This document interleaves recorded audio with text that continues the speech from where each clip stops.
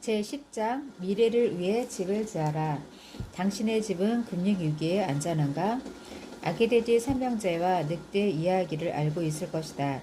첫 번째 아기돼지는 지푸라기로 집을 짓고, 두 번째 아기돼지는 나뭇가지로 집을 짓고, 세 번째 아기돼지는 벽돌로 집을 짓는다. 지푸라기 집이 가장 먼저 완성되었다. 지푸라기로 집을 지은 돼지는 나뭇가지로 집을 짓고 있는 돼지에게 가서 빨리 일을 끝내고 같이 놀자고 재촉한다.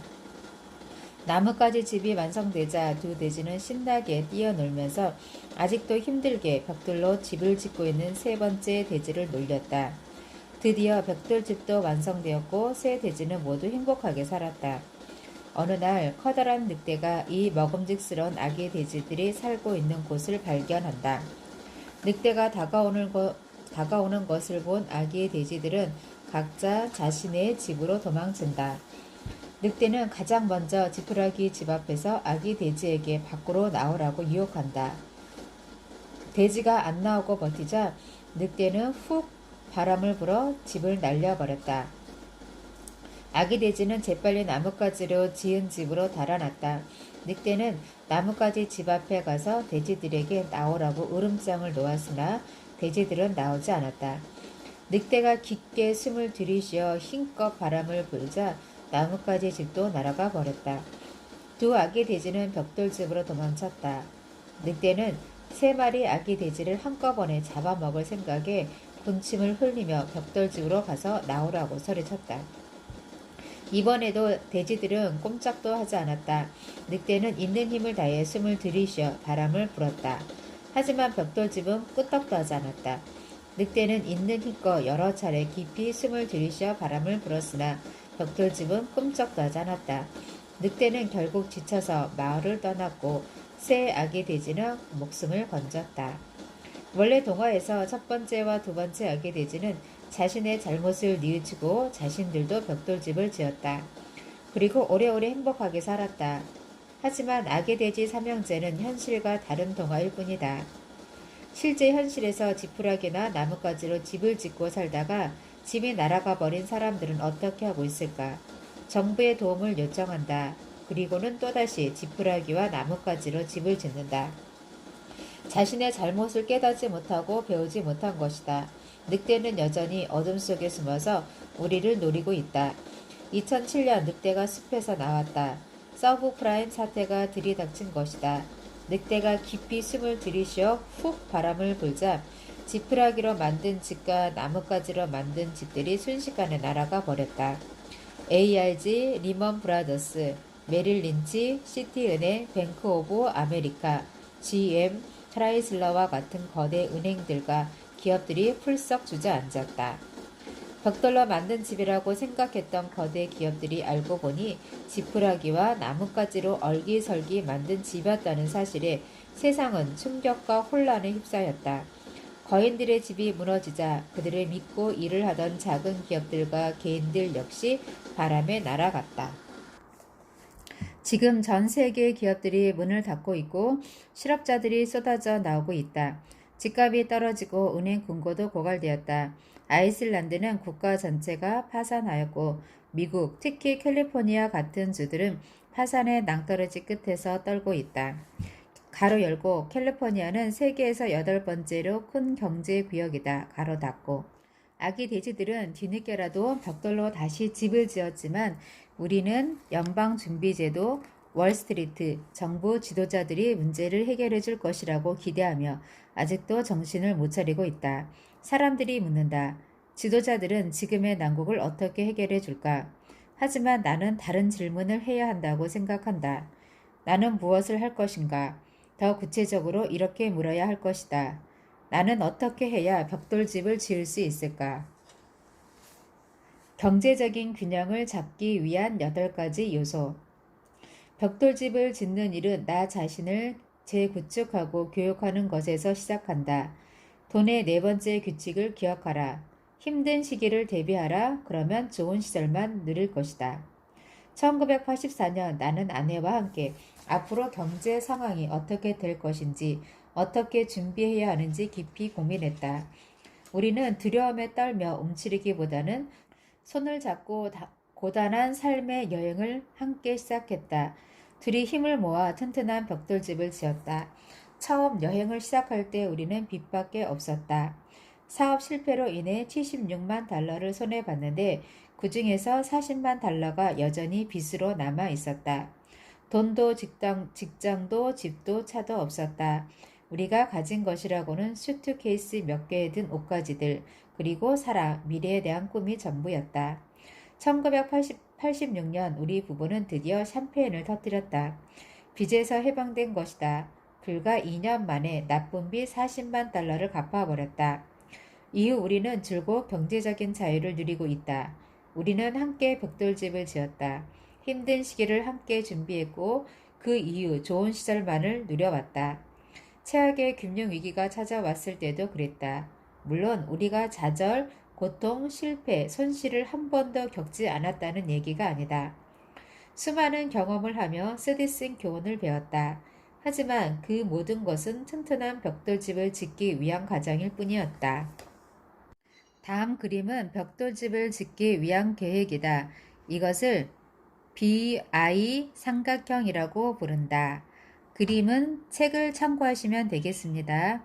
BI 삼각형은 9장에서 이야기한 캐시플로 4사 분면의 파생 상품이다. 쉽게 말해서 아내와 내가 BI 삼각형을 설계하고 실행한 것은 BI에 들어가기 위한 것이었다. 하지만 이 S에 속한 사람들에게도 BI 삼각형은 중요한 역할을 한다. 그 이유는 다음과 같다. 1. 기술적으로 말해서 BI 삼각형은 4사 분면의 어디에서나 작용할 수 있다. 2. 인간의 삶은 BI 삼각형에 있는 8가지 요소로 구성되어 있으며 우리는 이들의 영향을 받는다. 문제는 대부분의 사람들이 BI 삼각형이 무엇인지 모른다는 것이다. 8가지 요소 중 하나라도 빠져 있다면 아무리 정직하고 열심히 일한다고 하더라도 경제적으로 균형을 잡기 어렵게 된다. 경제적인 균형이 깨지면 안정된 삶을 누리지 못한다. 8가지 요소를 간단하게 설명하면 다음과 같다. 균형 요소 첫 번째, 사명. 누구나 개인적인 사명이 있을 것이다. 자신의 사명이 무엇인지 이해하고 글로 써서 명확하게 만들고 계속 점검해야 한다. 개인의 사명은 계속 변하게 마련이다. 내가 1965년 해양사관학교에 들어갔을 때 처음 한 일은 사관학교의 사명을 외우는 것이었다. 4년 동안 내 삶의 사명은 사관학교의 사명을 지키고 실천하는 것이었다. 베트남에서 해병 항공대 조종사로 근무할 때 나의 사명은 단순했다. 동료들을 무사히 집으로 데려오는 것이었다. 그것은 영적인 사명이기도 했다. 지금 나의 사명은 세상 사람들에게 금융 교육을 함으로써 인류의 경제적 안녕을 증진하는 것이다. 1970년대 후반 나일론 지갑을 만들어 큰 돈을 벌면서도 나는 신이 나지 않았다. 부족한 것은 없었지만 뭔가 허전했다. 비참한 느낌마저 들었다. 살아가는 목적이 없었기 때문이다. 1981년 풀러 박사의 책을 읽고 나서 제조업의 삶은 나의 길이 아니라는 것을 깨달았다. 부자 아빠가 나에게 가르쳐준 것을 사람들에게 가르치는 사람이 되겠다고 다짐했고 새로운 세상으로 도약할 준비를 했다. 1984년 낯선 세계로 뛰어들 준비를 할 때 아내를 만났고 우리는 함께 같은 사명을 위해 매진하기로 약속했다. 사업을 처음 시작할 때 우리가 가진 것은 사명감뿐이었다. 아내와 나는 삶의 균형이 조화롭게 잡히지 않으면 그리고 자신의 사명과 어긋난 방향으로 나아가면 문제가 생긴다고 생각했다. 개인의 사명, 즉 살아가는 영적인 이유는 8가지 균형 요소 중에서도 가장 중요한 핵심이자 모든 삶의 근본이다. 균형 요소 두 번째, 팀. 누구도 혼자 세상을 살아갈 수 없다. 사업을 하건 투자를 하건 자신의 목표를 이루기 위해서는 변호사나 회계사와 같은 전문가들이 팀을 이뤄 도움을 줘야 한다. 팀은 자신의 약점을 보완해주고 강점은 북돋아준다. 팀은 또한 훌륭한 자극제이자 동기부여자로서 우리가 중도에 포기하지 않도록 도와준다. 학교 교육의 문제점은 학생들끼리 서로 협력하는 법을 가르쳐 주지 않는다는 것이다. 시험 문제를 해결하기 위해서 친구들의 도움을 받거나 협력할 수 없다. 그것은 부정행위로 치부된다. 이런 시스템은 사람들을 고립시킨다. 결국 사람들은 서로 협력하는 것을 두려워하게 된다. 우리 삶의 성공은 팀과 얼마나 잘 협력하느냐에 달려 있다. 우리 부부의 경우 서로 건강을 지켜주는 훌륭한 팀이다. 더 나아가 우리가 해결할 수 없는 문제에 부딪혔을 때 믿고 맡길 수 있는 기술자, 배관공, 하청업자, 공급자 등과 훌륭한 팀을 이루고 있다. 우리 회사에도 사업적인 다양한 문제를 해결하도록 도와주는 직원들과 환상적인 전문가 집단이 있다. 또한 영적으로 우리의 마음, 생각, 감정을 고양시켜주는 팀이 있다. 팀 없이는 누구도 성공하지 못한다. 균형 요소 세 번째, 리더. 군사학교에 가면 지도자가 되는 훈련을 받는다. 사람들은 대부분 리더가 되기 위해서는 모든 것을 알아야 하고 사람들이 그의 명령에 무조건 따라야 한다고 생각한다. 하지만 이것은 전혀 진실이 아니다. 진정한 리더의 가장 가치 있는 통찰은 팀이며 팀이 곧 성공의 핵심 요소라는 것을 안다. 리더가 되기 위해서는 먼저 스스로 훌륭한 팀 구성원이 되는 법을 배워야 한다. 팀원들을 통해 계속 배우고 그들의 피드백을 받아야 한다. 귀에 거슬리는 이야기도 받아들일 줄 알아야 한다. 내가 지금까지 받았던 최고의 리더십 훈련은 바로 코앞에서 나의 단점을 거칠게 지적해주는 것이었다. 영화에서 해병대 조교들이 훈련병에게 가까이 얼굴을 대고 침을 튀기며 소리 지르는 모습을 보았을 것이다. 이것이 바로 피드백을 받아들이는 훈련이다. 세상은 모두 피드백이라는 메커니즘으로 움직인다. 저울 위에 올라갔을 때 몸무게가 10kg 늘어났다면 그것은 살이 쪘다는 피드백이다. 해고당했을 때, 파산했을 때, 이혼했을 때도 그것은 모두 피드백이다. 피드백을 받아들이는 태도는 리더가 되기 위한 가장 기본적인 자질이다. 그런데 안타깝게도 요즘 기업의 리더, 노동계 리더, 정치계 리더, 교육계 리더들은 세계 경제가 보내는 메시지, 즉 피드백을 받아들일 줄 모르는 것 같다. 그들은 오히려 그러한 피드백을 깡그리 무시해버린다. 개인이든 가족이든 기업이든 국가든 어려운 상황에 처했다면 모두 엉터리 리더십 때문에 그렇게 된 것이다. 고기는 머리부터 썩는 법이다. 하지만 우리가 가장 먼저 던져야 할 질문은 이것이다. 나는 어떻게 내 삶의 훌륭한 리더가 될 수 있는가? 자신의 가족은 물론 자신이 일하는 회사, 자신이 사는 도시, 국가의 측면에서도 우리는 모두 리더십을 발휘해야 한다. 그런 것들이 잘못되어 가고 있다면 자신의 리더십에 문제는 없는지 살펴봐야 한다. 가족, 고객, 상사, 친구들에게 정직한 피드백을 받는 것을 두려워하지 마라. 피드백을 받아들이는 것만이 그리고 그러한 피드백을 바탕으로 긍정적인 변화를 시도하는 것만이 더 나은 리더로 발전하는 방법이다. 균형 요소 네 번째, 제품. 제품은 우리가 시장에 내놓고 파는 것을 말한다. 제품은 사과 같은 상품일 수도 있고 법률 상담, 웹 디자인, 계단 청소와 같은 서비스일 수도 있다. 제품은 경제 세계에서 우리가 돈과 바꾸는 것으로 현금을 끌어들이는 도구다.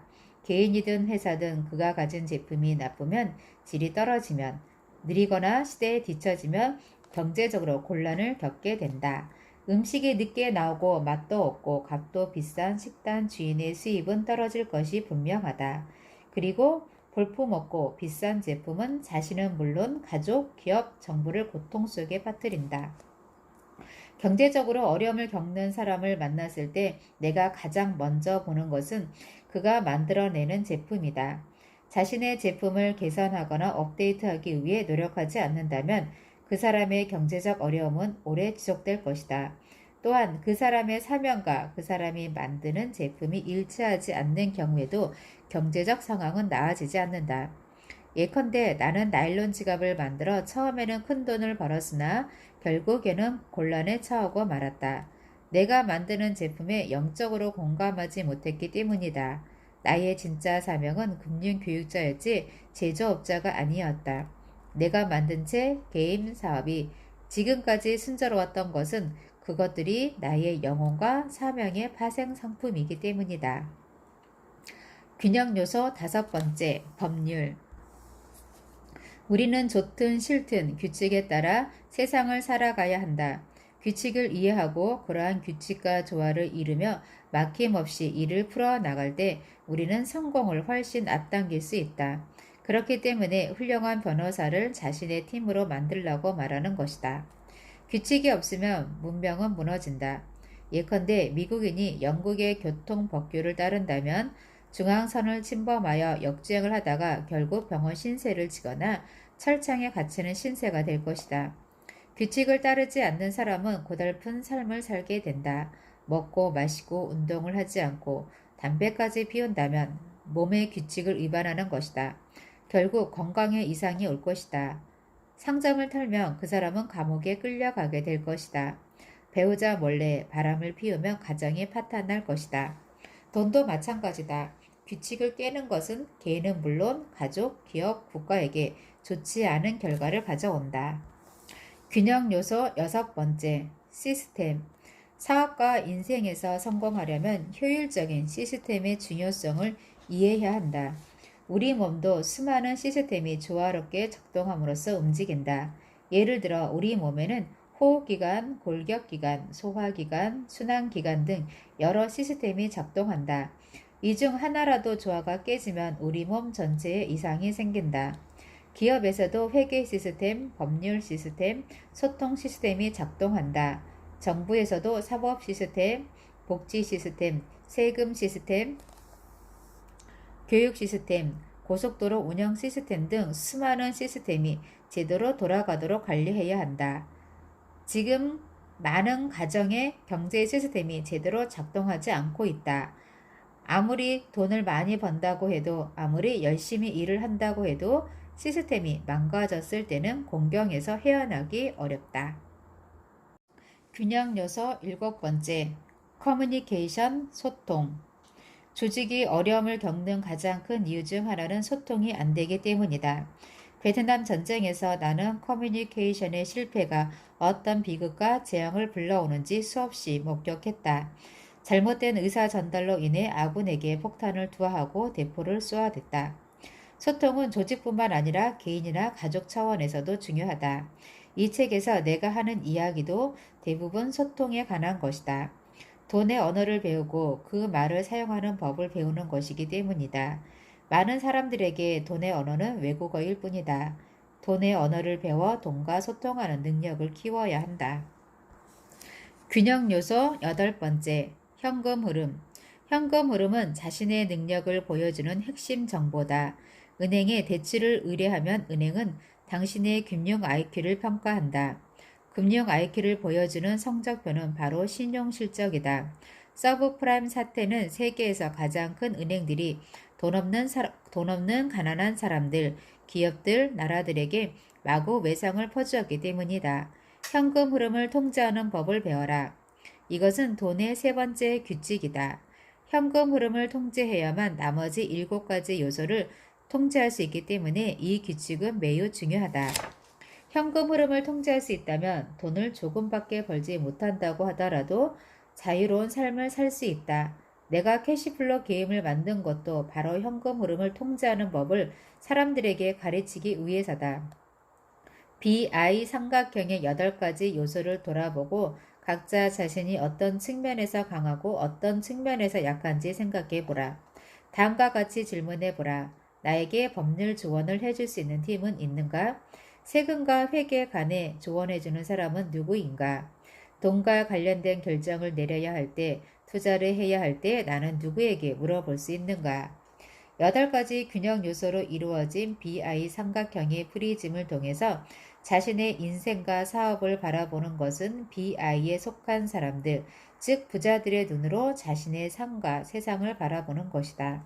이렇게 8가지 균형 요소를 판단하여 튼튼한 벽돌집을 지어야 한다. 경제적으로 어려움에 처한 사람이나 기업들은 모두 8가지 균형 요소 중 하나 이상이 취약하거나 부재하기 때문이다. 따라서 지금 당장 자신의 상태를 분석하여 8가지 요소 중 무엇이 부족한지 진단해야 한다. 용기가 있다면, 튼튼한 벽돌집을 짓고 싶다면 가까운 친구들을 모아 서로 8가지 균형 요소의 상태가 어떠한지 토론하라. 진정한 피드백을 주고받아라. 자신의 눈에는 보이지 않는 것이 다른 사람들 눈에는 보이는 경우가 많기 때문이다. 주기적으로, 예를 들면 6개월마다 한 번씩 토론을 한다면 더욱 좋을 것이다. 그러한 과정에서 자신도 어느새 벽돌로 튼튼한 성을 쌓고 있다는 것을 알게 될 것이다.